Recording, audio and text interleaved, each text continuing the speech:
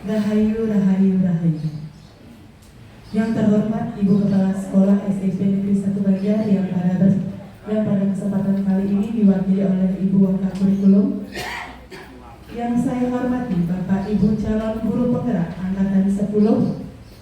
Yang saya hormati seluruh GTK yang sudah berkenan hadir pada kesempatan kali ini. Spence Bar.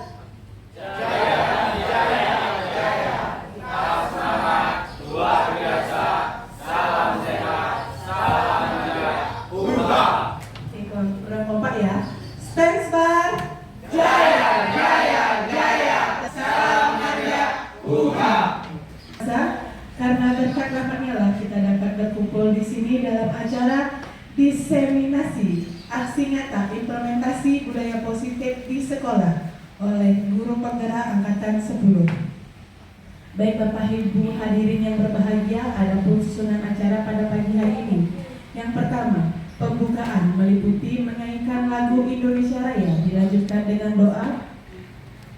Yang kedua, arahan dari Ibu Wakil Kurikulum yang dilanjutkan dengan penyajian materi dari keempat calon guru penggerak dan yang terakhir penutup. Baik Bapak Ibu hadirin, marilah kita beranjak ke acara yang pertama, yaitu menyanyikan lagu Indonesia Raya. Bapak Ibu hadirin dimohon untuk berdiri. Untuk bertugas saya persilakan.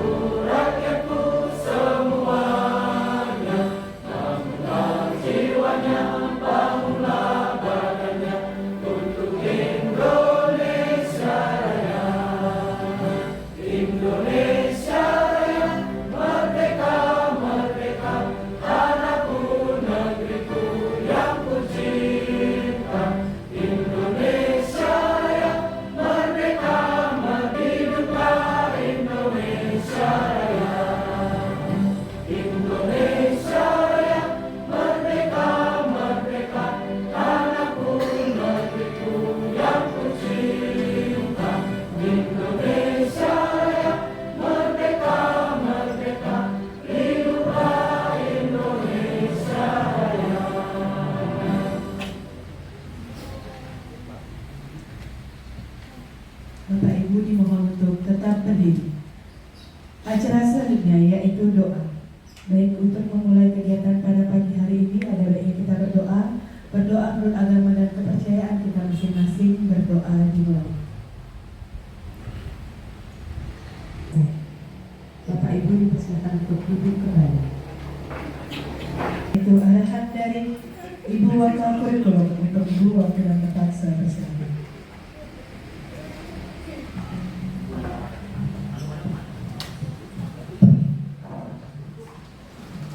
Terima kasih kepada pembawa acara sudah memberikan kesempatan kepada saya. Jadi dalam hal ini saya mewakili Ibu Kepala Sekolah yang tidak berkesempatan hadir karena ada sesuatu yang harus beliau tangani. Saya sebagai Wakil Kurikulum mewakili beliau. Nah, dalam kesempatan hari ini kita akan melaksanakan diseminasi aksi nyata dari teman-teman guru penggerak kita yang mengambil tema implementasi budaya positif di sekolah. Mudah-mudahan apa yang nanti disajikan bisa menjadi aksi yang benar-benar bisa kita nyatakan di sekolah dan benar-benar berdampak bagi sekolah kita. Dan harapan kedepannya mudah-mudahan juga teman-teman yang lain mengikuti jejak Bapak Ibu guru yang ada di depan. Mari kita bergerak bersama sehingga sekolah kita akan lebih unggul, ya, akan lebih memiliki dampak positif bagi kemajuan SMP Negeri 1 Banjar. Nah, untuk mempersingkat waktu, hari ini atas izin Ibu Kepala Sekolah dan izin Ide Sang Yang Widiwasa Tuhan Yang Maha Esa, acara implementasi aksi nyata ini kami nyatakan dibuka. Terima kasih. Tadi arahan dari Ibu Wakapurikulum. Acara selanjutnya yaitu pengajian materi dari keempat calon guru penggerak. Untuk Ibu dan Bapak saya persilakan. Terima kasih. Hari ini kami sebagai calon guru penggerak angkatan ke-10 akan menyajikan diseminasi aksi nyata implementasi budaya positif di sekolah. Terima kasih saya ucapkan pada Ibu Kepala Sekolah atau yang mewakili di sini adalah Ibu Wakapurikulum yang sudah memberikan dukungan secara penuh kepada kami. Terima kasih juga pada teman-teman yang sudah hadir dalam diseminasi hari ini. Kami dari calon guru penggerak di sini perkenalkan, nama saya Lurdi Indahyani, kemudian ada Ibu Evi Chandra, ada Bapak Kafin Abdullah dan Bapak Ide Bagus Putra Udayana. Hari ini kami akan menyajikan komponen budaya positif. Jadi budaya positif di sini ada yang pertama disiplin positif, kedua motivasi perilaku manusia yang nantinya akan disajikan oleh Ibu Evi, kemudian ada kebutuhan dasar yang akan dibawakan oleh Bapak Udayana, kemudian ada positif control yang akan dibawakan oleh Bapak Kafir, kemudian ada keyakinan kelas dan segitiga restitusi yang akan dibawakan oleh saya sendiri, Lurdi Indahyani. Selanjutnya saya persilahkan Ibu Evi untuk membawakan materi disiplin positif dan motivasi perilaku manusia. Ibu Evi, saya persilahkan.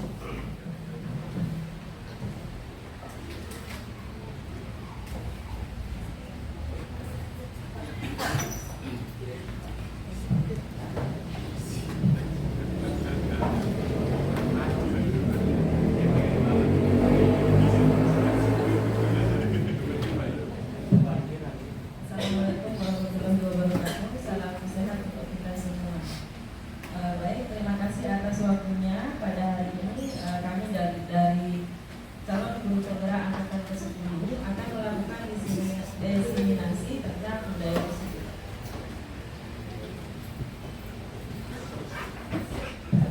Sebelum saya lanjut, bagaimana Bapak Ibu kabarnya hari ini? Luar biasa. Saya lanjutkan di sini. Tadi sudah diperkenalkan, nama saya Roma Evi Chandrawati akan membahas tentang budaya positif, yaitu tentang disiplin positif dan motivasi perilaku. Seperti yang sudah kita ketahui, apa sih itu budaya? Jadi itu merupakan sebuah cara hidup dari sekelompok orang yang bisa diwujudkan dengan melakukan disiplin positif. Apakah Bapak Ibu kira-kira kalau kita di sekolah suka anaknya yang disiplin? Suka. Suka atau tidak? Suka. Semua suka ya. Nah, disiplin positif di sini dilalui oleh motivasi perilaku. Jadi bisa dilihat ya Bapak Ibu, disiplin positif itu, jadi disiplin menurut pemikiran Ki Hajar Dewantara itu merupakan arti dari kata disiplin berasal dari bahasa Latin yang artinya belajar dan berasal dari kata-kata yaitu mengikut. Ya, kira-kira kalau Bapak Ibu ingin melakukan suatu hal, apakah yang ada tujuannya atau hanya asal-asalan saja? Misalnya diajak ke sana langsung mau tanpa tahu tujuannya, pasti ada tujuan. Oke. Kemudian ini adalah motivasi perilaku. Jadi perilaku seseorang itu dipengaruhi oleh 3 motivasi ya. Yang pertama itu menghindari ketidaknyamanan atau hukuman. Misalnya di sini saya berikan contoh, kita punya siswa yang terkadang sering misalnya melakukan pelanggaran, ada yang tidak ikat rambut dan lain sebagainya. Kemudian ada di sana peraturan kalau tidak ikat rambut, misalnya dia akan dihukum. Jadi perilaku si anak ini dia mau mengikat rambut karena takut akan adanya hukuman atau sanksi. Nah itu adalah motivasinya dari eksternal. Kemudian yang kedua, untuk mendapatkan imbalan. Motivasi karena dia mendapatkan imbalan. Nah besok kamu pakai sepatu yang bagus ya. Nanti pada saat pensiun saya langsung kasih nilai 100. Jadi motivasi yang ada di dalam dirinya itu dilakukan karena dia ingin mendapat nilai 100, bukan karena menginginkan tampilan yang sempurna. Nah, kemudian misalnya yang terakhir itu adalah untuk menjadi orang yang mereka inginkan dan menghargai diri sendiri dengan nilai-nilai yang mereka percaya. Di sekolah seperti yang kita ketahui, anak-anak pada hari-hari biasa itu menggunakan sepatu warna apa, Bapak Ibu?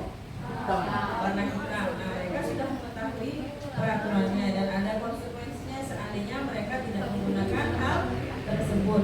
Jadi motivasi yang ketiga ini, misalnya si anak sudah mengetahui dari dalam dirinya, dia memahami, oh saya harus memakai sepatu hitam untuk mematuhi peraturan. Jadi saya adalah orang yang disiplin karena mengikuti peraturan. Nah, motivasi itu datang dari dalam diri seseorang. Itu termasuk motivasi perilaku internal. Ya, kira-kira kalau menurut Bapak Ibu mana yang paling bagus? Apakah yang eksternal atau motivasi internal? Nah, jadi Bapak Ibu sesuai dengan pelatihan kami, di sini ada rancangan tindakan. Kebetulan sesuai dengan sekolah kita adalah sekolah adiwiyata yang tentunya pasti mengutamakan apa Bapak Ibu? Kalau sekolah adiwiyata kebersihan dan sekolah sehat. Jadi ada rancangan tindakan saya sebagai calon guru penggerak, yaitu Laser Hati, kelas bersih, sehat dan indah. Jadi budaya positif yang ingin saya tanamkan untuk siswa adalah dan juga untuk seluruh warga sekolah, yaitu pembiasaan siswa dalam membawa tumbler dan tepak nasi.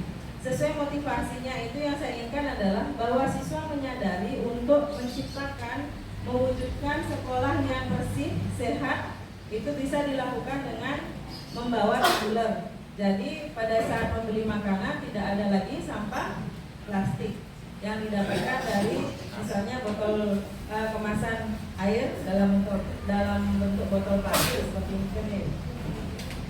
Kemudian mengurangi kemasan pada makanan dengan menggunakan tepak nasi.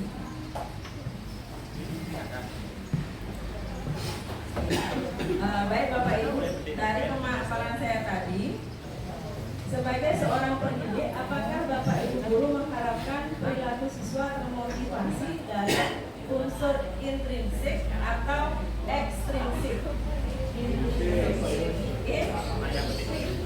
Kira-kira ada Bapak Ibu yang ingin memberikan pendapat kenapa sih kok pengen siswanya termotivasi dari unsur intrinsik? Silakan. Baik, terima kasih banyak. Saya ingin menanggapi kenapa siswa harus melakukan sesuatu itu dari unsur intrinsik. Seperti yang kita tahu, kalau unsur intrinsik berarti unsur yang berasal dari diri dalam diri siswa itu sendiri. Artinya ketika siswa melakukan sesuatu atas dasar kesadaran diri sendiri itu akan menghasilkan sesuatu yang lebih sesuai dengan keinginan guru dan juga orang di kelas. Terima kasih Bapak. Jadi kita menginginkan siswa kita memiliki motivasi intrinsik dari dalam dirinya untuk melakukan suatu hal, dan itu akan digunakan dalam jangka yang panjang, sehingga dalam mereka melakukan sesuatu mereka sudah berpikir saya melakukan ini untuk apa. Jadi ada tujuannya yang positif Bapak Ibu. Nah, dari pemaparan saya ini, saya sangat berharap dukungan dari Bapak Ibu untuk melakukan kebiasaan ini untuk melaksanakan atau mewujudkan budaya positif kita yang ada di sekolah. Bisa Bapak Ibu? Bisa. Nah, ini terkait dengan budaya positif dari disiplin positif dan motivasi perilaku manusia. Nah, sebentar lagi akan dilanjutkan oleh teman saya, yaitu tentang 5 kebutuhan dasar oleh Ide Baru Traudayana. Nah, sebelum dilanjutkan ke Bapak Sekretari selanjutnya, boleh saya minta cantik kali ini bukan cakep lagi Bapak Ibu? Bisa dengan semangat ya? Ya, saya mulai. Hari Rabu hujannya lebat. Cantik kali ini ya Bapak Ibu ya. Saya ulang. Hari Rabu hujannya lebat. Pakai payung biar tidak sakit. Ayo Bapak Ibu guru hebat. Mari kita wujudkan budaya positif. Terima kasih.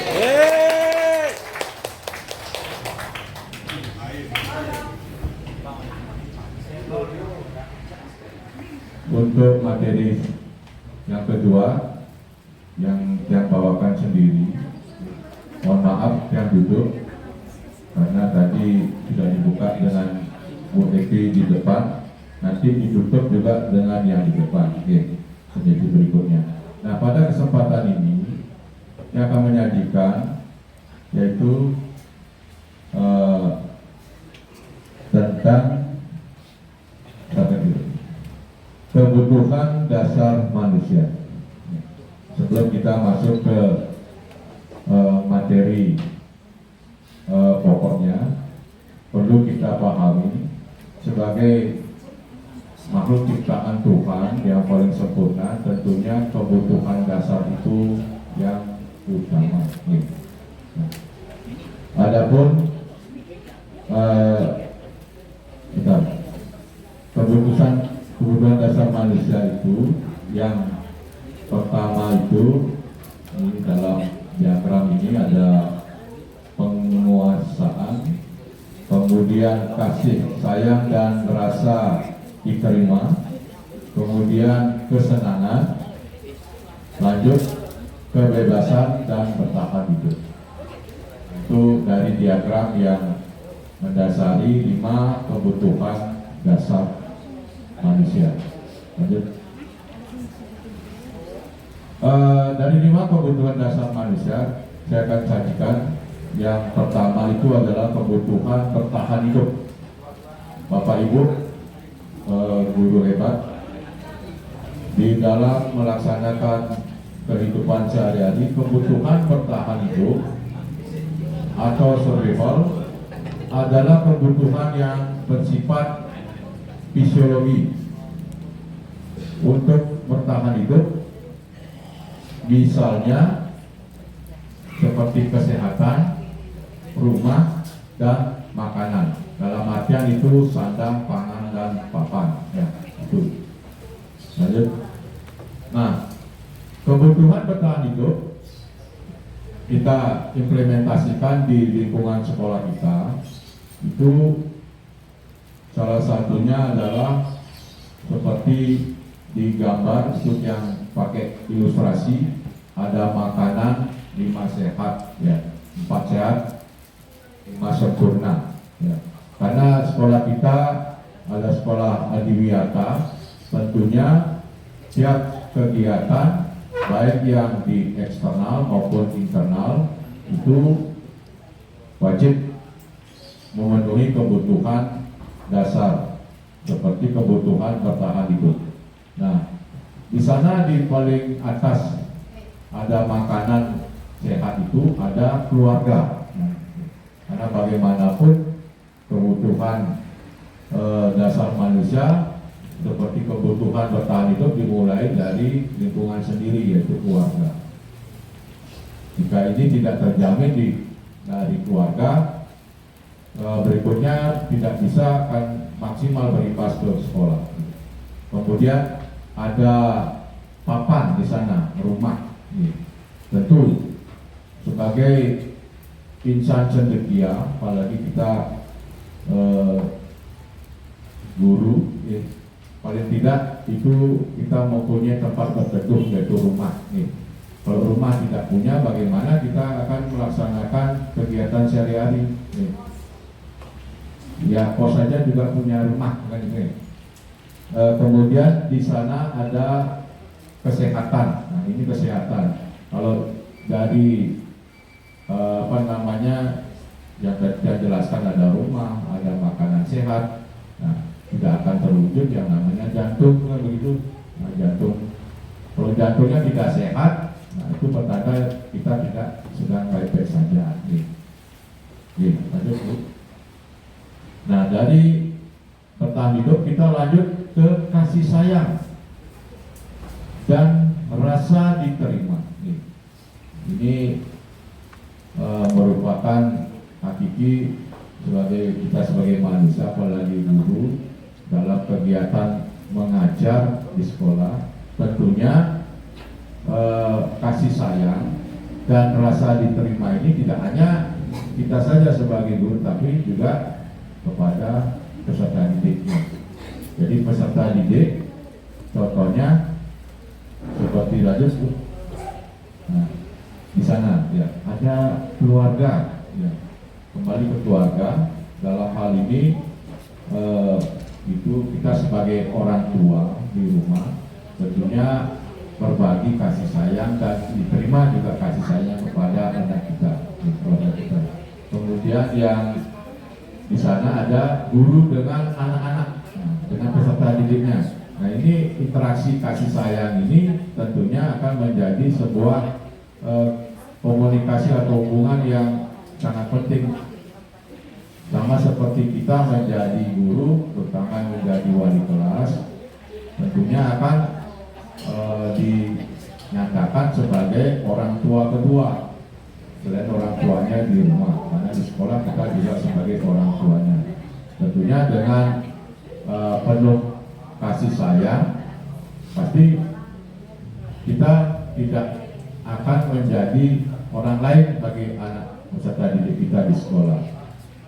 Jadi komunikasi, misalnya Bu, hari ini saya tidak bekal misalnya, karena tidak dikasih bekal oleh orang tua saya. Nah, kita sebagai gurunya atau walinya pasti mempunyai pemikiran, ya kalau gitu ini pakai belanja.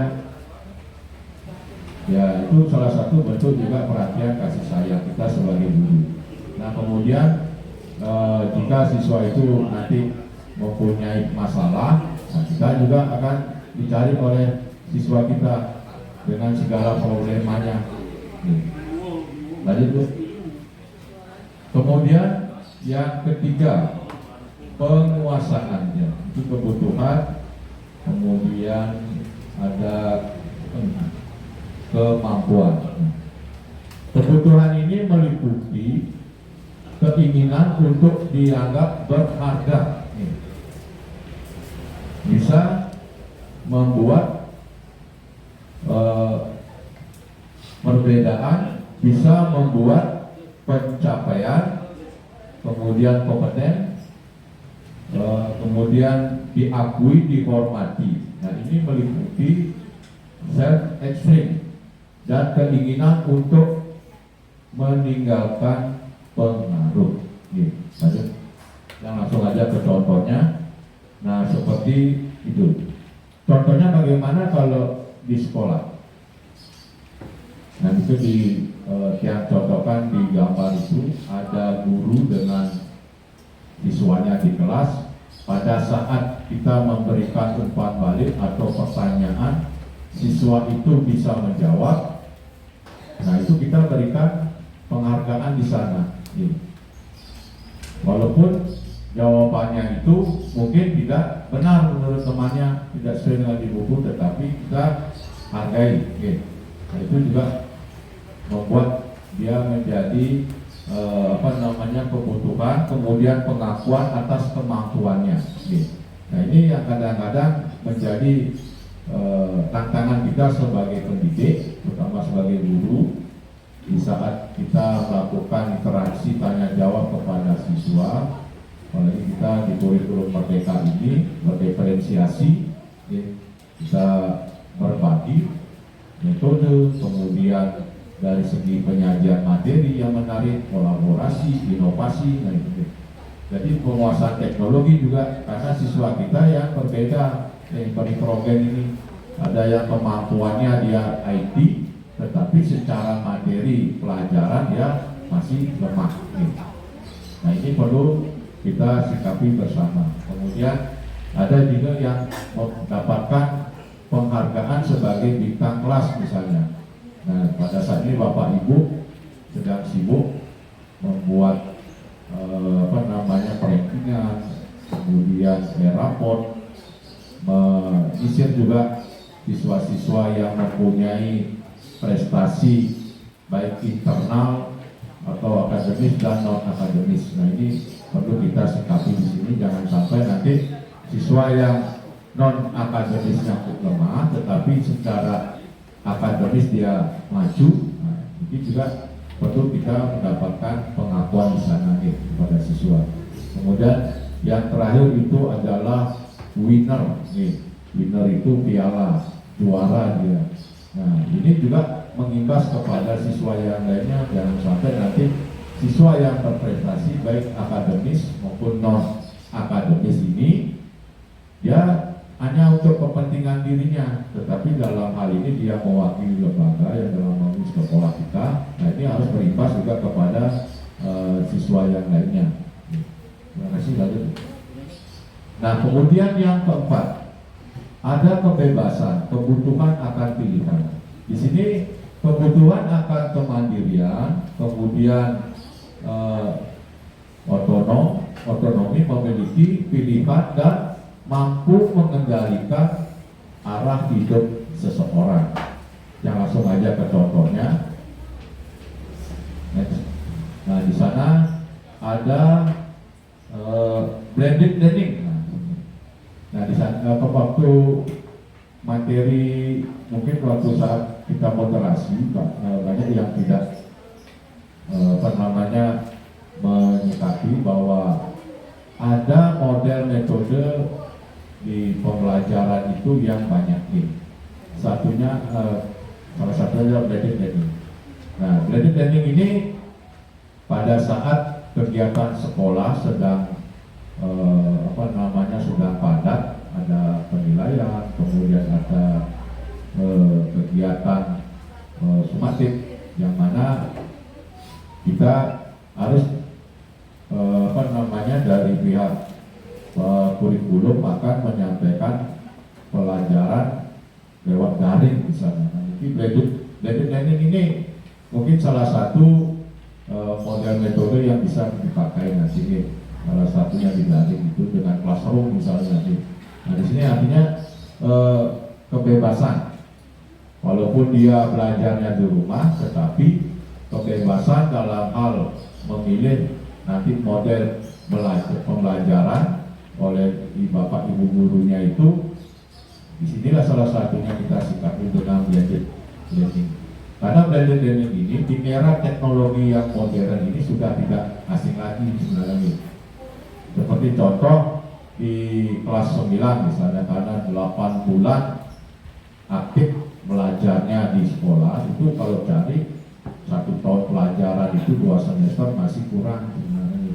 Nah, ini bisa dipadukan dengan pemberian blended learning. Jadi bapak ibu guru yang mempunyai kelebihan dalam hal penguasaan ilmu, pengetahuan dan teknologi iptek, disinilah kita kesempatan berbagi. Saat diseminasi yang dilaksanakan oleh tim tim IT, tim IT yang sering disampaikan dalam diseminasi, dan di sini kesempatan sebenarnya blended learning ini. Jadi diseminasi pun bisa dilakukan secara daring. Misalnya pada saat kegiatan liburan sekolah misalnya nih, jadi supaya tidak jenuh itu bisa melakukan istilahnya webinar di sana mengenai fungsi dan juga pencapaian dari pemakaian IT dalam pembelajaran ini. Ini mengasihkan sebenarnya blended learning ini. Nah, kemudian dari itu ada melukis. Kebebasan siswa apalagi di kurikulum Merdeka ini atau kurikulum nasional, kita kan kita memilih berbagi. Nah, pada saat pelaksanaan P5 project ini ada kesempatan kita bisa melihat karakter siswa ini, terutama yang disukai, karena siswa yang suka matematika belum tentu sama dengan siswa yang suka dengan seni rupa. Jadi bisa dipadukan. Kalau dulu di SD kita kenal dengan tematik, ada 5 mapel itu dijadikan satu, gurunya satu yang mengajar. Nah seperti ini nih. Jadi pada saat pelaksanaan itu, mana siswa yang kita pakai setelah asesmen dan prospek kita pakai, kita bisa tahu bahwa dari 30 siswa kita yang di kelas itu, mungkin ada yang 50% dia senang dengan IPA misalnya nih, kemudian yang 25% senang menggambar, 25% senang dengan budaya, budaya. Nah di sini dia ilustrasikan langsung dengan menggambar. Jadi dengan menggambar dia punya ide-ide yang dituangkan dalam kampasnya gitu. Jadi bisa nanti dipadukan di sana. Kemudian, nah ini saya pakai ilustrasi PJOK nih. Ini Bapak Ibu PJOK yang hadir ini, yang sering mengisi kegiatan jeda di sekolah dengan permainan. Nah di sini bisa kita luangkan waktu jenuh siswa kita dengan kegiatan-kegiatan yang penuh kebebasan, tetapi paling tidak dia menunjukkan bakat dan minatnya. Nah itu. Benar lagi. Yang kelima ini adalah kesenangan, kebutuhan untuk merasa senang. Nah Bapak Ibu, kita aja ingin merasa senang, begitu juga dengan siswa kita. Pada saat kita masuk kelas, misalnya itu, siswa kita sudah tidak sabar menunggu Bapak Ibu gurunya yang dia idolakan. Nah di sini kebutuhan untuk mencari kesenangan, kemudian bermain dan tertawa. Anak-anak dengan kebutuhan dasar kesenangan yang tinggi nanti biasanya ingin menikmati apa yang dilakukan. Mereka juga bisa berkonsentrasi tinggi saat mengerjakan hal yang disenangi. Kita langsung ke contoh aja. Nah di sana ada membawa bendera merah putih. Kalau sudah mau 17-an Agustus menyambut itu, siswa pasti merasa senang.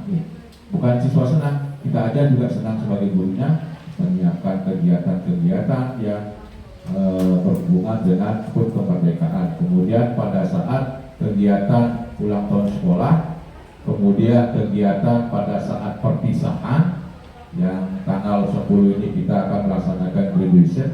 Ini sudah beda istilahnya waktu yang kita hadapi pun juga beda nih. Kemudian di sana ada juga memegang piala. Pada saat nanti siswa kita berprestasi baik akademis maupun non akademis mendapat piala, nanti pada saat upacara bendera di hari Senin diumumkan dan diberikan aplaus. Nah di sana kesenangan siswa kita.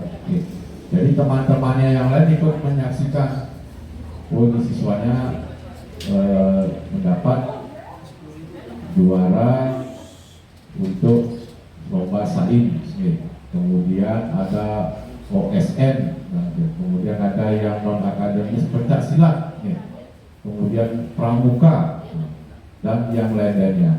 Nah, ini menunjukkan bahwa siswa kita ini mengimbasnya sudah baik, dan ini perlu kita tingkatkan. Cara meningkatkan ya kita harus mempunyai keyakinan, terutama keyakinan di sekolah melalui kesepakatan di masing-masing kelas. Dari 5 kebutuhan dasar manusia ini, mungkin ini aja yang saya bisa tampilkan karena masih banyak yang perlu dimunculkan di 5 kebutuhan dasar manusia ini.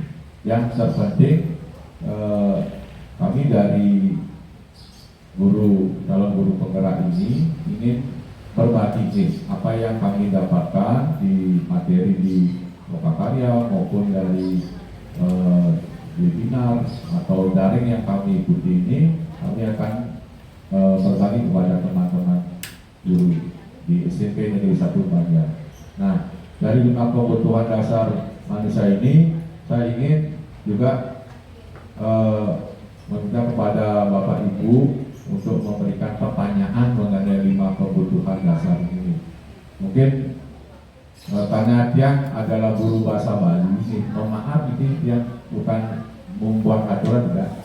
Dan ini dari teman Tiang sejawat yang Tiang sering ajak. Oh, terima kasih Bu Dayu sudah angkat tangan nih. Mohon dibantu Bu.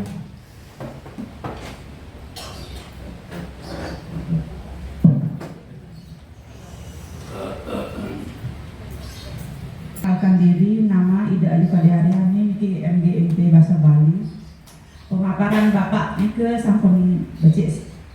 Makin tiang izin bertanya. Bagaimana pemenuhan kebutuhan dasar dapat mempengaruhi motivasi belajar siswa? Dan berikan contoh. Bagaimana guru dapat menciptakan lingkungan yang mendukung pemenuhan kebutuhan tersebut. Ampun ya.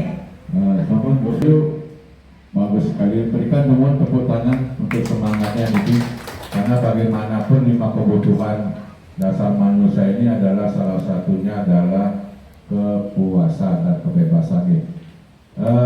Tadi pertanyaannya apa motivasinya nih dari kebutuhan dasar ini dalam meningkatkan prestasi siswa, dan apa contoh-contoh konkretnya jika tidak salah saya dengar nanti mempengaruhi siswa dalam peningkatan belajar. Nah, Bapak Ibu, karena di sini adalah diseminasi, kita berbagi, tidak hanya kami saja yang menjawab di depan, tetapi kami akan berbagi juga jika ada teman-teman yang bisa menanggapi pertanyaan dari Ibu Dayu yang mana ini seputaran dengan kebutuhan dasar manusia. Nah, karena yang lihat dari materi aspek yang disajikan ini mungkin ada yang lebih spesifik, karena bagaimanapun siswa kita ini yang banyak dan heterogen ini mempunyai juga watak karakter dan juga perilaku yang tidak sama. Ada siswa yang mungkin termotivasi karena bekalnya banyak misalnya dari rumah, kemudian dia membawa makanan. Nah, yang harapkan kepada teman-teman yang lainnya untuk menanggapi ini.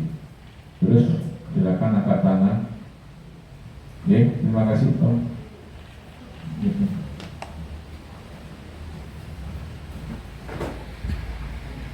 Terima kasih atas waktunya. Saya ingin menambahkan atau memberikan masukan tentang pertanyaan yang disampaikan oleh Ibu Dayu. Bagaimana pemenuhan kebutuhan dasar itu menjadi namanya Bu, namanya Bu. Oh, maaf. Perkenalkan, nama saya Niputu Ayu Dwi Putranti. Saya mengampu di BK. khususnya di kelas 9. Seperti pertanyaannya Bu Dayu tadi, bagaimana pemenuhan kebutuhan dasar dapat mempengaruhi motivasi belajar? Secara teori, menurut Glaser itu ada pemenuhan kebutuhan dasar itu sangat mempengaruhi, mempengaruhi secara langsung terhadap motivasi belajar siswa. Ya, kalau kebutuhan dasarnya sudah terpenuhi, secara otomatis motivasi siswa untuk belajar itu terwujud atau semakin meningkat. Nah, kebutuhan dasarnya misalnya rasa aman, kemudian dia merasa diterima di kelas, ya, tidak ada pembulian, kemudian dihargai, apapun bentuk yang dia capai, dia dihargai. Tidak karena kita di guru banyak sekali yang kadang-kadang seorang anak melakukan pelanggaran misalnya, selalu saja di labeli, dikasih label ini gembel yang memberi pembawa masalah di kelas A, kelas B, kelas C dan sebagainya. Padahal anak-anak itu sebetulnya mungkin dengan cara dia melakukan mengekspresikan diri, membuat mungkin kegaduhan dan sebagainya, itu hanya untuk mencari sensasi atau mencari perhatian sehingga dia merasa dihargai. Sementara mungkin dia tidak dapatkan itu di rumahnya, tapi dia dapatkan di sekolah mungkin dengan cara seperti itu, sehingga dia ingin gurunya, teman-temannya itu melihat saya juga punya potensi. Begitu yang saya bisa sampaikan. Itulah contoh-contoh yang secara garis besar yang bisa saya sampaikan. Terima kasih. Terima kasih kepada Bu Dayu dan Ibu Frantri. Seperti itu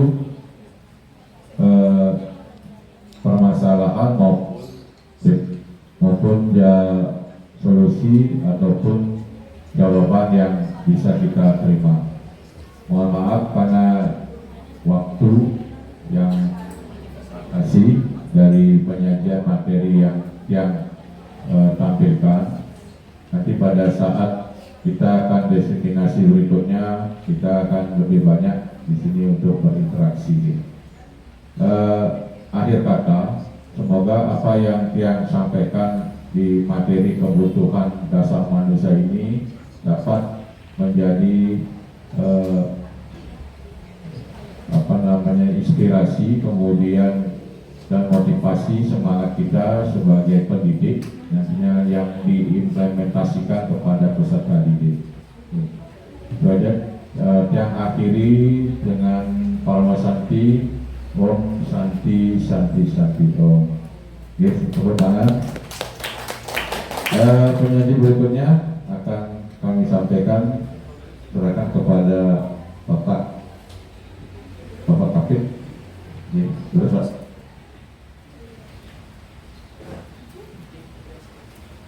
Terima kasih. Jadi saya untuk kegiatan selanjutnya, untuk materinya yang saya bawakan ada 5 posisi kontrol guru. Jadi ini juga sudah saya share di grup guru mapel biar teman-teman bisa lihat, karena tulisannya mungkin kurang jelas atau karena banyak contoh di sana dan perlakuannya. Jadi kalau kita bicara tentang posisi kontrol guru, sebenarnya kita sudah sering melakukan, kita sudah biasa melakukan itu, tapi tidak sadar. Saya sendiri setelah mempelajari modul ini, kebetulan ada di modul 1.4, agak sedikit takut karena ternyata selama ini saya salah.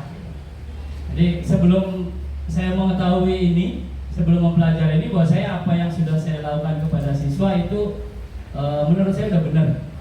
Oh, inilah posisi guru. Nah, setelah membaca ini, setelah mempelajari ini, ternyata oh saya salah. Jadi ini sangat penting untuk kita, khususnya di model yang sekarang dengan kurikulum merdeka. Jadi kita akan bahas satu-satu. Nah, sebelumnya ini, jadi program ini sebenarnya kita mengambil dari konsep atau dari pemikiran seorang yang ada di luar ya, Diana Gosen, dalam bukunya tentang restitusi restruction school discipline. Jadi di sana sudah dinyatakan bahwa guru perlu meninjau kembali. Jadi guru dalam tanda kutip guru semua termasuk orang tua dan pimpinan. Jadi perlu meninjau kembali apa yang sudah kita terapkan dalam mendisiplinkan siswa. Di rumah bisa kita terapkan ini. Jadi selama ini buat kita menghukum siswa atau memberikan peringatan, bahkan yang proses-proses yang lain yang menurut pakar-pakar yang lain bagus, sekarang di sini malah disuruh ditinjau ulang. Kemudian dari Dr. William Gloser setelah melaksanakan penelitian, ya, jadi berkesimpulan ada 5 posisi kontrol yang diterapkan oleh seorang guru, orang tua, ataupun atasan dalam melakukan kontrol. Jadi orang tua di sini masuk. Kita di rumah sering melakukan itu. Nah, ini dari Yayasan Pendidikan Luhur, yang akan lihat satu-satu. Jadi kasusnya adalah Adi yang terlambat hadir di sekolah. Yang pertama, posisi kita, ini saya sering menjadi penghukum. Sejujurnya saya sering menjadi penghukum dan saya sering mengeluarkan siswa. Nah, ini bisa dibaca di teksnya karena kurang besar. Biasanya kita mengatakan beberapa ciri bahwa guru adalah penghukum.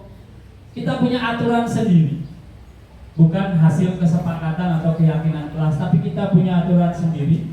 Kemudian kita langsung menghakimi bahwa siswa salah. Siswa tidak buat tugas, kita langsung menghakimi. Siswa datang terlambat, kita langsung memberikan hukuman. Itu biasa kita lakukan, sadar atau tidak sadar. Nah, ini tipe yang pertama, yaitu penghukum. Misalnya contohnya di sini beberapa kalimatnya ada patuhi aturan saya atau. Kemudian di sana ada kamu selalu saja seperti itu. Dan masih banyak contoh yang lain. Biasanya siswa akan nurut, mungkin beberapa siswa akan kelihatan di depan kita patuh, ikut. Tetapi ternyata hasilnya tidak seperti itu karena ada yang dilakukan oleh mereka terpaksa, kemudian ada kejengkelan, dan di sana ada banyak sisi negatif dari itu. Kemudian yang kedua, ini membuat rasa bersalah.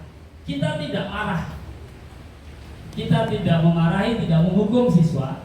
Bahkan biasanya kesannya halus kita menyampaikan kepada mereka, tapi ternyata efek psikologisnya lumayan sangat besar. Di sana beberapa kalimatnya itu yang pernyataannya, ibu sangat kecewa sekali dengan kamu.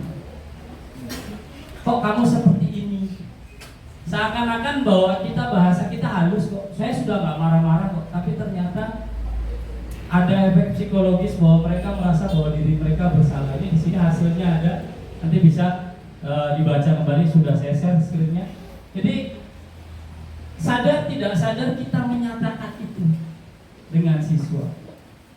Kemudian mungkin yang ketiga, ini kita sering diharapkan untuk bisa menjadi teman dengan siswa, kan? Kita bisa memposisikan diri sesekali menjadi teman. Tapi ternyata itu pun menurut ahli yang tadi masih kurang tepat. Jadi di sini ada beberapa kalimatnya. Ayo bantuan demi Bapak ya. Ayo dibantu, ayo kerjakan. Dan beberapa hal yang seakan-akan ini dengan teman kita menyampaikannya, tidak ada marah, tidak ada ini. Tapi ternyata efeknya juga masih belum, hasilnya itu masih belum positif, masih lebih ke negatif. Jadi kalau yang pertama tadi di penghukum itu aturan seringnya kita buat sendiri dengan nada yang agak keras, bisa membentak, bisa marah-marah dan lain sebagainya. Kalau di yang kedua dan ketiga, membuat rasa bersalah dan teman, ini sudah lebih halus. Kadang-kadang saya sendiri sering seperti itu dengan siswa. Ternyata setelah belajar, oh masih belum tepat. Kemudian yang keempat, nah ini pemantau. Ya, pemantau. Nah ini mungkin lebih kalau di sekolah, di kesiswaan banyak sekali berperan di sini. Karena inti dari pemantau itu sederhana sebenarnya. Aturan sekolah seperti apa? Aturan yang sudah jelas itu dilaksanakan. Jadi kalau misalnya datang dengan sepatu bukan hitam maka itu salah, ada konsekuensinya. Menurut saya waktu diskusi sedikit, ya saya udah benar karena menjalankan aturan yang ada. Tetapi ternyata dalam pandangan ini pun masih kurang tepat. Nah ini contohnya beberapa hal yang ini, ya saya kurang kelihatan juga tulisannya ini. Jadi ternyata peraturannya apa? Apa yang telah kamu lakukan? Beberapa pertanyaan yang kita lemparkan ke siswa. Yang sebenarnya aturan itu kemarin saya sempat berdebat kok. Aturan itu kan sudah disepakati. Semua siswa sudah tahu harusnya karena di awal masuk kan kita sudah diberikan tata tertib. Tipe pemantau ini kita hanya menjalankan aturan. Sebenarnya kalau tidak menjalankan aturan kita salah. Tapi ternyata pada saat kita menjalankan aturan pun ada rambu-rambu nanti yang akan membuat bagaimana caranya menjalankan aturan katanya yang sesuai dengan yang model sekarang kurikulum Merdeka. Kemarin ada keluhan dari salah satu teman saya di SMP 2, guru BK. Kebetulan di sini ada guru BK juga. Pak, saya sekarang bingung karena saya menjalankan SOP salah. Tidak menjalankan SOP saya juga salah. Itu keluar dari guru BK SMP 2 Singaraja. Nah, di sini pemantau ini ya hasilnya di sini. Murid paham dengan konsekuensi, tetapi tetap selalu mereka mempunyai ada keinginan untuk melanggar. Kalau dipelototin, baru sama dengan kita naik motor pakai helm. Kalau nggak ada polisi santai. Coba ada polisi lagi jaga apa, kita nggak pakai helm bisa putar balik. Polisi itu adalah pemantau. Nah tipe yang ketiga ini yang diharapkan dalam kurikulum ini, dalam kurikulum Merdeka yang sekarang diharapkan bisa dilaksanakan di sekolah-sekolah. Manajer, jadi guru bisa menjadi manajer. Tidak lagi menyalahkan, ya. Tidak lagi menyalahkan. Kalaupun ada siswa datang, dia bisa menanyakan lebih banyak memancing pertanyaan kenapa terlambat. Kemudian setelah dia menjelaskan kita banyak guru itu tidak lagi menggurui lagi. Bagaimana caranya membuat siswa menyadari kesalahannya tanpa kita memberikan nasihat. Di sini yang diharapkan seperti itu. Kemudian bagaimana siswa sadar dengan kesalahannya, tahu solusinya dan bisa melaksanakannya. Jadi di sini nanti akan lebih jelas di segitiga restitusi karena ini hubungannya dengan itu lebih banyak bahwa kita memancing. Bahkan kalau dari pengajar praktek saya mengatakan kita tidak boleh memberikan contoh kepada mereka, tidak boleh memberikan clue. Jadi kalau misalnya mereka bingung dengan solusi, kita nggak boleh ngasih kenapa nggak seperti itu. Ada siswa terlambat karena bangun kesiangan, kita menanyakan sebabnya, mereka menjelaskan. Kemudian bagaimana caranya membuat mereka sadar bahwa itu salah. Kemudian memberikan pertanyaan lagi, bagaimana mereka bisa menemukan solusinya bagaimana supaya besok tidak terlambat lagi. Jadi tidak ada istilahnya di tipe yang kelima ini atau sebagai manajer itu menyalahkan siswa. Tetapi yang ada adalah memberikan kesadaran siswa seperti tadi ini ada dorongan dari intrinsik ya dari dalam sehingga siswa sadar dengan kondisinya bahwa saya salah, saya harus memperbaiki caranya seperti ini. Nah ini tipe kelima dan tipe ini yang diharapkan kita terapkan di sekolah, bahkan mungkin bisa diterapkan di rumah dengan anak-anak sendiri. Tipe sebagai manajer. Nah ini untuk kata-katanya, kalimat dan lain sebagainya itu ada di PowerPoint yang sudah saya share. Kemudian nanti akan dipertegas lagi dengan segitiga restitusi. Hasilnya adalah siswa menyadari kesalahannya dan mau berusaha untuk memperbaiki. Teorinya seperti itu. Meskipun dalam prakteknya akan sedikit susah, beberapa siswa mungkin tidak berani mengungkapkan. Kalau kemarin kebetulan saya mencoba dengan siswa yang lumayan aktif, saya coba bertanya tentang ini karena mengalami penurunan nilai kemampuan di matematika. Dia tahu saya tambah males Pak, beda dengan waktu kelas 1. Kenapa bisa males? Karena sekarang main HP-nya lebih banyak.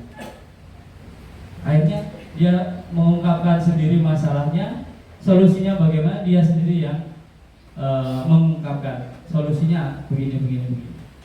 Jadi itu yang sangat diharapkan di model ini. Jadi dari 5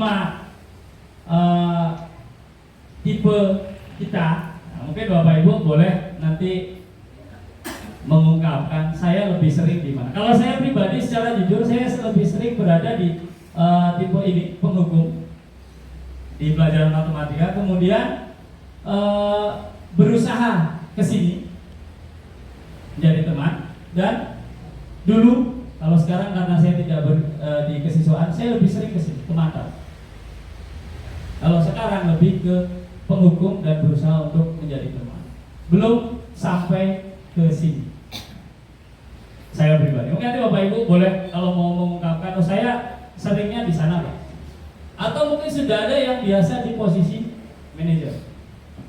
Biasanya guru BK lebih paham caranya menanyakan, memancing jawaban dari siswa, karena ini berkaitan erat dengan psikologi. Ya, sama dengan tadi tentang kebutuhan dasar, 5 kebutuhan dasar tentang kasih sayang. Itu saja untuk 5 posisi kontrol guru. Jadi saya ucapkan terima kasih, semoga kita tidak akan terpuaskan. Jadi saya selalu berharap selesai memberikan diseminasi atau apa, saya selalu berharap bahwa teman-teman tidak puas. Karena dengan tidak puas kita akan terus mencari dan belajar. Terima kasih, selamat siang.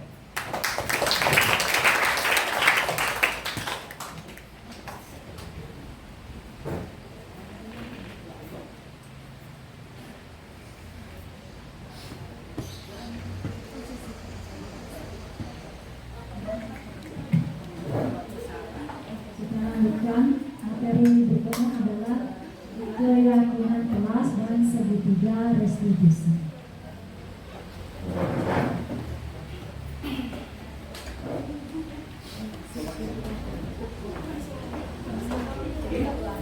Bagaimana teman-teman, masih semangat? Masih semangat? Sudah lemas? Kalau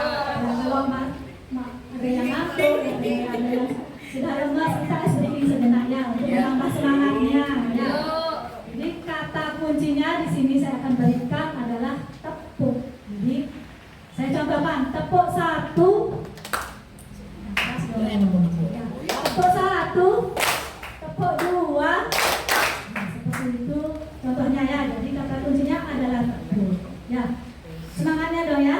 Tepuk 1, tepuk 2, tepuk 2. Nah, pas itu bagaimana? Konsentrasi. Ulang ya. Tepuk 1, tepuk 2, tepuk 2, 3.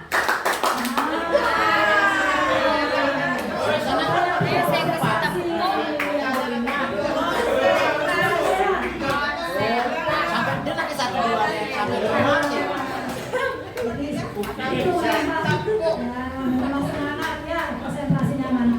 Nah, kita lanjutkan ke materi berikutnya, yaitu tentang keyakinan kelas. Keyakinan kelas. Apa itu keyakinan kelas? Jadi keyakinan kelas di sini adalah sebuah nilai-nilai kebajikan universal yang telah disepakati secara tersirat dan tersurat, lepas dari adanya latar belakang suku, negara, bahasa maupun juga agama. Ya, jadi Bapak Ibu sudah sering membuat keyakinan kelas atau kesepakatan kelas bersama siswanya di kelas. Kemudian lanjut pertanyaan pemantik ya. Mengapa kita memiliki peraturan tentang penggunaan helm pada saat mengendarai roda 2 atau mengapa kita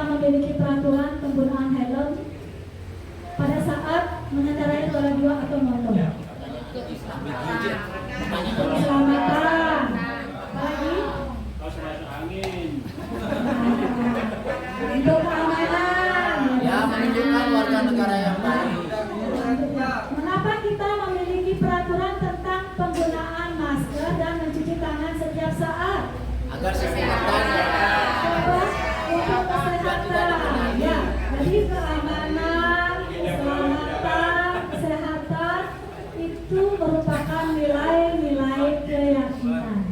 Ya, jadi nilai-nilai keselamatan, kesehatan, ya, keamanan inilah yang kita sebut sebagai suatu keyakinan. Ya, itu nilai-nilai kebajikan universal yang disepakati secara tersirat dan tersurat, lepas dari latar belakang suku, negara, bahasa maupun agama. Contoh nilai-nilai kebajikan universal yang lain seperti toleransi, rasa hormat, integritas, mandiri, menghargai, antusias, empati, keingintahuan, kreativitas, kerjasama, percaya diri, dan komitmen. Sebelumnya saya ingin bertanya dulu, Bapak Ibu kan sudah sering membuat keyakinan kelas atau kesepakatan kelas. Ya, jadi mengapa dibuat keyakinan kelas atau kesepakatan kelas? Mengapa tidak dengan kata-kata peraturan kelas? Ada yang tahu bedanya keyakinan dengan peraturan itu peraturan? kadang bersifat memaksa ya. Nah, bagus sekali ya, ya.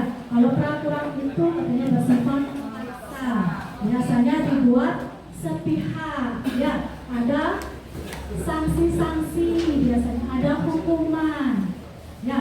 Tapi kalau kesepakatan atau keyakinan, ya ini biasanya timbul dari diri sendiri, ya. Biasanya merupakan suatu perjanjian, ya, kalau di kelas perjanjian ya, antara guru dengan muridnya, ya. Jadi timbul dari diri sendiri, motivasi intrinsik atau internal. Sedangkan kalau peraturan itu timbul dari motivasi ekstrinsik. Nah, itu beda antara keyakinan dan peraturan.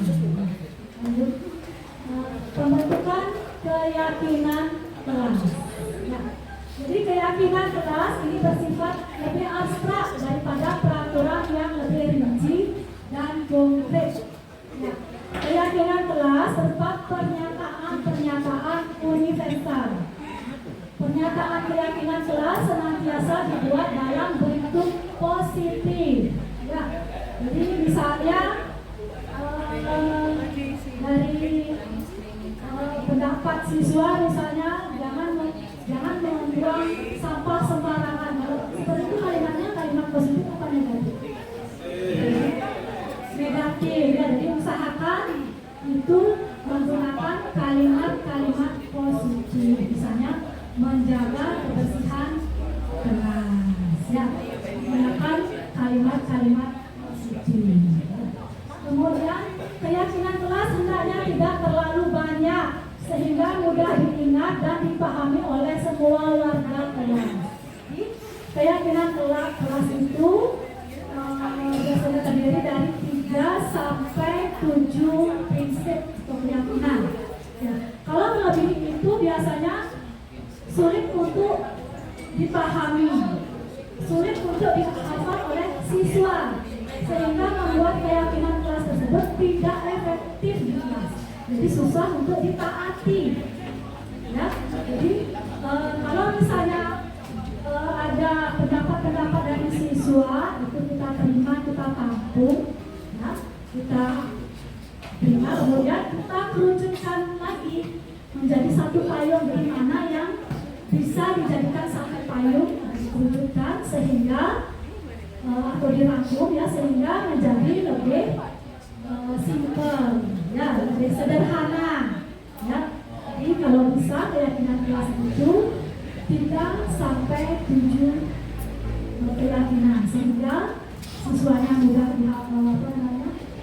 mudah memahami keyakinan kelasnya, ya, mudah dihafal dan mudah juga ditaati, ya. Kemudian lanjut, keyakinan kelas itu sebaiknya sesuatu yang dapat diterapkan di lingkungan tersebut, ya. Jadi yang berhubungan dengan lingkungan kelas atau lingkungan belajarnya. Semua warga kelas kelas hendaknya ikut berkontribusi dalam pembuatan keyakinan kelas lewat kegiatan curah pendapat. Jadi semua siswa itu diharapkan berkontribusi, ya tanpa terkecuali. Ya, kita tampung semua pendapatnya, ya, kemudian dipilah dan dipilih, dikerucutkan, dirangkum, sehingga menjadi keyakinan kelas yang sudah disepakati bersama.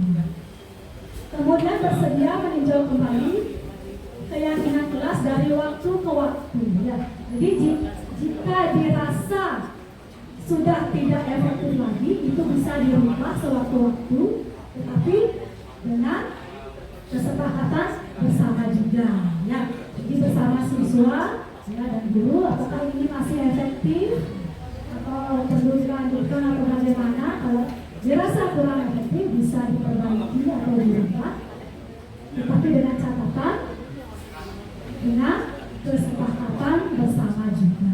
Ya, itu tentang pembentukan keyakinan kelas. Nah, di sini ada peraturan, lihatlah daftar peraturan di bawah ini, kemudian tuliskan keyakinan kelas atau nilai kebajikan yang dituju. Nah, di sini ada beberapa pertanyaan, ya, yang artinya jawabannya adalah tentang nilai-nilai kebajikan.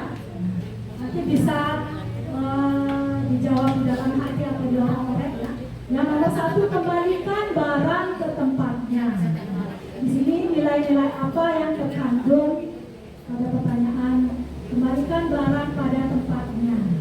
Ya, bisa dijawab di dalam hati dulu atau di kertas lempiran. Silakan nanti kita berikan apakah sesuai dengan jawaban yang diharapkan. Yang kedua, dilarang mengganggu orang lain. Nah, ini nilai-nilai apa yang terkandung? Hadir di sekolah 15 menit sebelum pembelajaran dimulai. Dilarang melakukan kekerasan. Dilarang menggunakan narkoba, bergantian atau menunggu giliran. Dilarang merokok, gunakan masker, berjalan di kelas dan koridor. Bisa dijawab di dalam hati dulu ya Pak Ibu. Atau lanjut kita bahas sama-sama ya. Lanjut ya.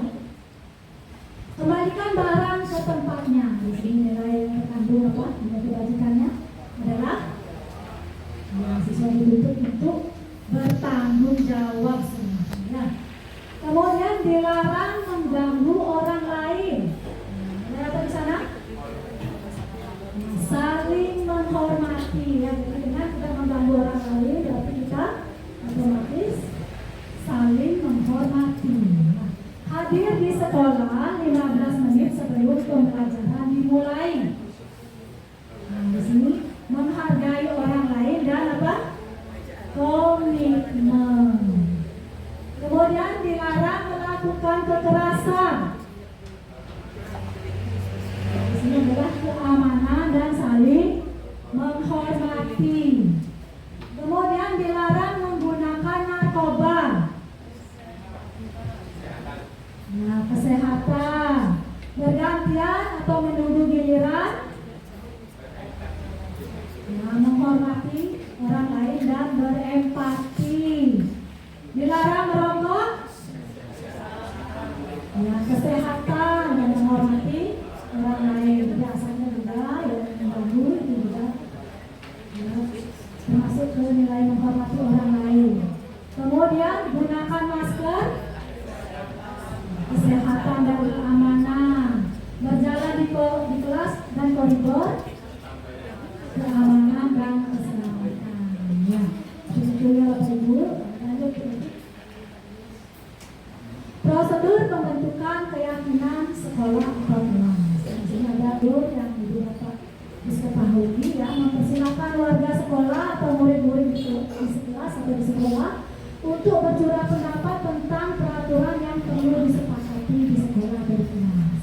Kemudian mencatat semua masukan-masukan murid di papan tulis atau di mana semua anggota kelas bisa melihat hasil curah pendapat. Jadi masukan-masukannya bisa dibuat dalam stiker itu ya, ditempel di papan atau bisa ditulis di papan ya. yang tidak memerlukan biaya itu siswa ya. Jadi nanti itu dikumpulkan atau dipilah, dipilih, dikerucutkan kembali, dirangkum kembali nantinya ya. Kemudian susunan keyakinan kelas sesuai prosedur pembentukan keyakinan kelas. Gantilah kalimat-kalimat dalam bentuk negatif menjadi positif ya. Jadi seperti yang telah saya katakan tadi, jadi jika ada siswa yang memberi kalimat-kalimat negatif, itu kita ubah menjadi kalimat positif. Kemudian tinjau kembali daftar curah pendapat yang sudah dicatat. Anda mungkin akan mendapati bahwa pernyataan yang tertulis di sana masih banyak yang berupa peraturan-peraturan. Ya. Selanjutnya ajak murid untuk menemukan nilai kebajikan atau keyakinan yang dituju dari peraturan tersebut. Kemudian tinjau ulang keyakinan kelas secara bersama-sama.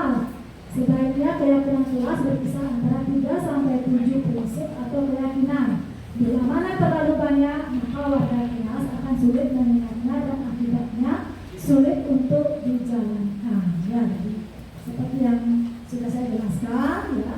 Jadi keyakinan kelas itu berkisar antara 3 sampai 7 prinsip atau keyakinan. Ya.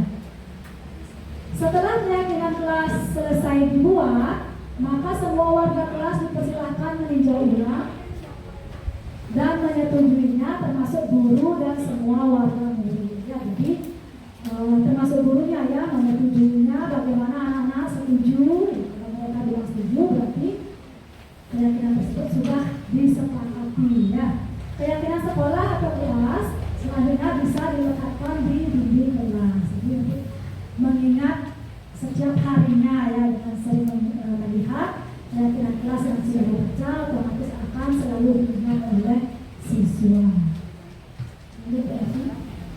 Lanjut ke materi segitiga restitusi. Apa itu segitiga restitusi? Jadi, segitiga restitusi adalah suatu proses dialog yang dijalankan oleh guru atau orang tua agar dapat menghasilkan murid yang mandiri dan bertanggung jawab. Itu pengertian dari segitiga restitusi. Nah, segitiga restitusi bentuknya yang jelas segitiga ya. Jadi ada 3 tahapan, yaitu yang pertama menstabilkan identitas. Nah, kemudian validasi tindakan yang salah dan menanyakan keyakinan. Nah, pada menstabilkan identitas, nanti pada saat menstabilkan identitas jadi pada tahap ini anak akan mencoba memenuhi kebutuhan dasarnya, namun ada benturan. Kita harus meyakinkan anak dengan mengatakan kalimat-kalimat ini. Jadi pada menstabilkan identitas biasanya ini ada kalimat-kalimat berbuat salah itu tidak apa-apa. Atau tidak ada manusia yang sempurna. Itu adalah kalimat-kalimat menstabilkan identitas. Ya, jadi kadang-kadang siswa melapor dengan emosinya. Ya, saya begini, saya begini sama si A, si B. Dengan emosinya, jadi kita stabilkan dulu identitasnya ya. Dengan kata-kata berbuat salah itu tidak apa-apa, tidak ada manusia yang sempurna. Saya juga pernah melakukan kesalahan seperti itu. Kita bisa menyelesaikan masalah ini. Di Bapak atau Ibu tidak tertarik mencari siapa yang salah, tetapi Ibu ingin mencari solusi dari permasalahan ini. Kamu berhak merasa begitu. Apakah kamu sedang mencari teman yang baik buat dirimu sendiri? Itu adalah kata-kata menstabilkan identitas. Kemudian validasi tindakan yang salah. Ya, jadi kalau kata-kata validasi tindakan yang salah, padahal kamu bisa melakukan yang lebih buruk dari ini ya. Kamu pasti punya alasan mengapa melakukannya seperti itu. Kamu patut bangga pada dirimu sendiri karena kamu telah melindungi sesuatu yang penting buatmu. Kamu boleh mempertahankan sikap itu, tapi kamu harus menambahkan sikap yang baru.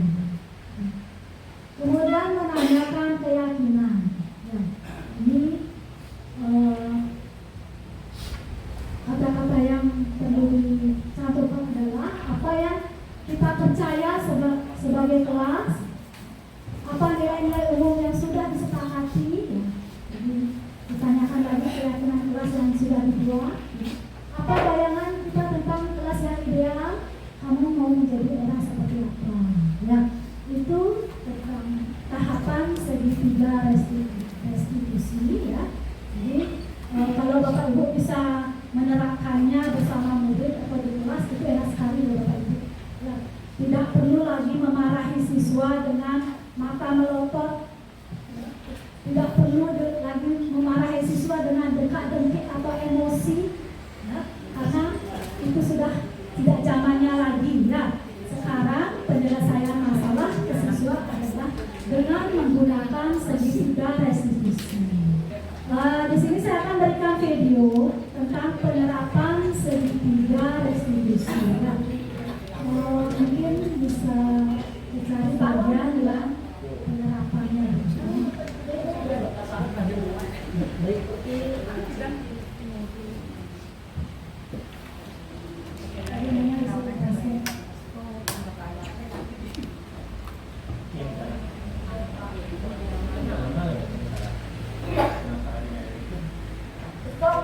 Banget, masa aku dikatain tukang fitnah Pak? Ya aku marah lah, aku balik tanya depan kelas, banget.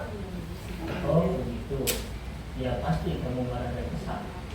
Bapak juga akan marah apabila ada yang disebut bapak seperti itu. Kemudian pada saat itu kamu akan melakukan apa? Saya bukan tanya salah Pak, banget. Saya udah dia depan teman lain. Oh begitu, pasti kamu melakukan seperti itu karena suatu alasan tertentu kan? Iya, saya diam saja Pak. Ya saya bela diri lah. Aku saya dituduh tukang fitnah. Ya wajar lah, mempertahankan ajaran itu sesuatu yang penting buat kamu. Untuk bersifat lebih kejabaran hanya mengetahui. Iya Pak. Untung saya masih bersabar dan hanya memotak saja. Sudah benar padahal saya pasti bela diri lah. Ya pasti ya, tapi kamu memilih untuk bertahan dan bersabar. Kamu memilih untuk tidak lebih parah lagi. Nah, sekarang coba kita lihat lagi tindakan kamu yang tak di kelas.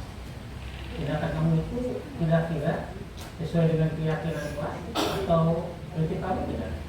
Enggak lah Pak. Capek Pak jadi semarang. Jadi keyakinan atau prinsip mana yang perlu sesuai dengan Di keinginan sini kamu? tahap menanyakan keyakinan. Mungkin harusnya saya tidak jadi tidak menentukan itu. Kamu meyakini tidak? Menghargai orang lain itu penting buat kamu. Yakin lah Pak. Iya, setuju. Kita harus saling menghargai. Namun ada juga keyakinan yang disepakati yang perlu kita lakukan. Apabila kita sedang marah kan? Ya saya bisa aktif. Mulai dengan yang saya bisa jadi sabar. Kira-kira kamu bersedia memperbaiki masalah ini tidak? Iya Pak. Kalau kamu memperbaiki masalah ini, kamu akan menjadi orang. Saya akan menjadi tanggung jawab kali ya Pak. Dan nanti yang aktif. Iya. Menurut kamu bagaimana kalian menjadi orang seperti itu? Ya nyaman lah. Bangga bisa bersabar dan menghadapi. Baiklah kalau begitu. Yuk kita pikirkan bagaimana memperbaiki masalah ini.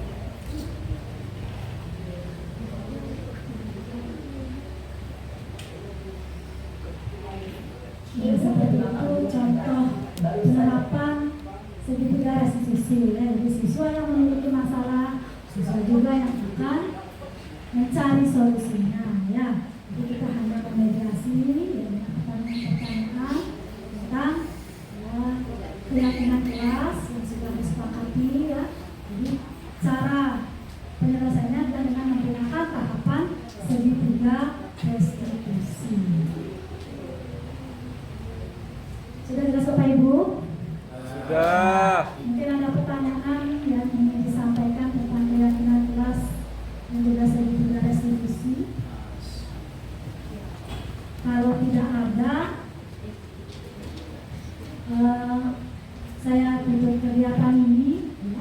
dengan pantun ya. Kalau tadi cantik, jawab dengan cantik, sekarang dengan cakep. Ya, nah semangat ya Bapak Ibu ya. Siang-siang pergi ke kota. Jangan lupa beli alpukat. Sekian diseminasi kita. Semoga bisa bermanfaat. Terima kasih ya. Bapak Ibu hebat.